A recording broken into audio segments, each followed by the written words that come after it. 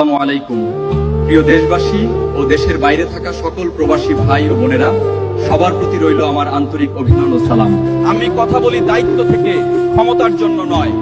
Airport হলো দেশের দরজা, আর সেই দরজায় দুর্নীতির কোনো জায়গা নেই। আইনও 95% মানুষ আমাকে বিশ্বাস করে, আর 5% সমালোচনা করে। কিন্তু যে কাজ করে তার সমালোচনা হবেই।